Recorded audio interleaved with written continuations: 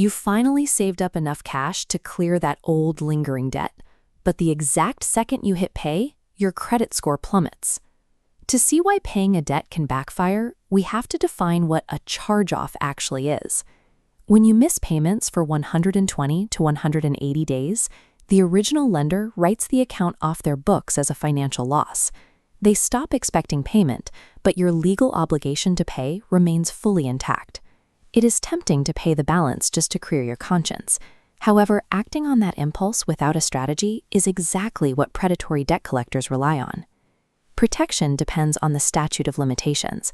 This is a strict, state-level legal deadline that restricts how long a collector can use the court system to force you into repayment.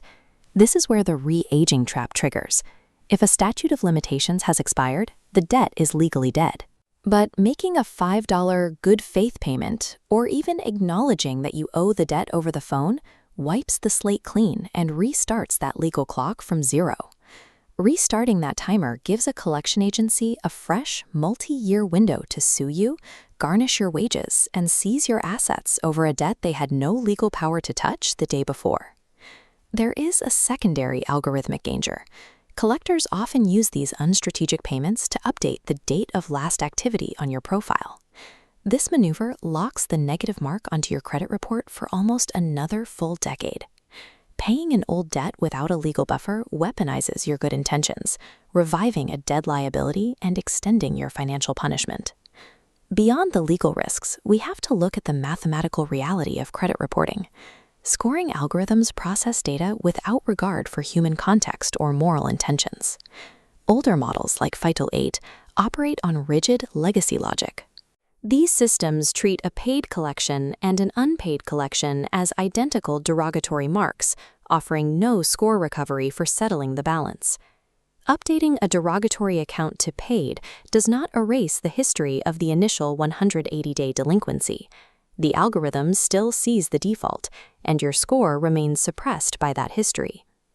The 2026 shift to FICO 10T and VantageScore 4.0 uses trended data to analyze a rolling 24-month window, scanning for patterns like debt cycling.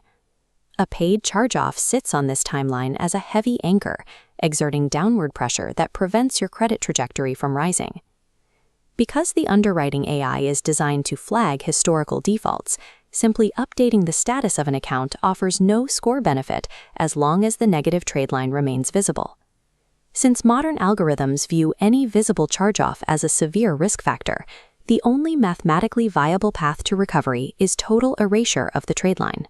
Third-party debt buyers operate as aggressive financial investors, treating consumer defaults as commodities in a high-volume market. Their acquisition strategy is based on volume. They purchase vast portfolios of charged-off debt for an average of just 4 cents on the dollar.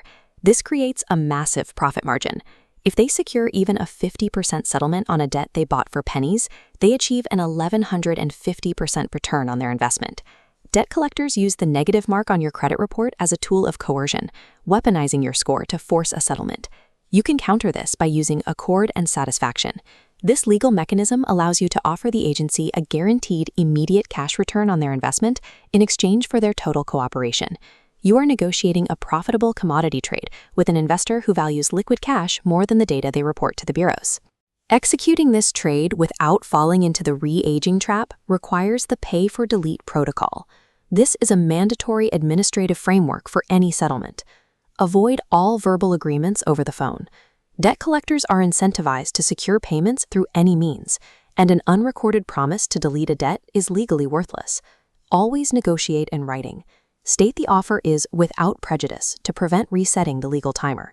Make payment entirely contingent upon complete trade line removal from all 3 bureaus.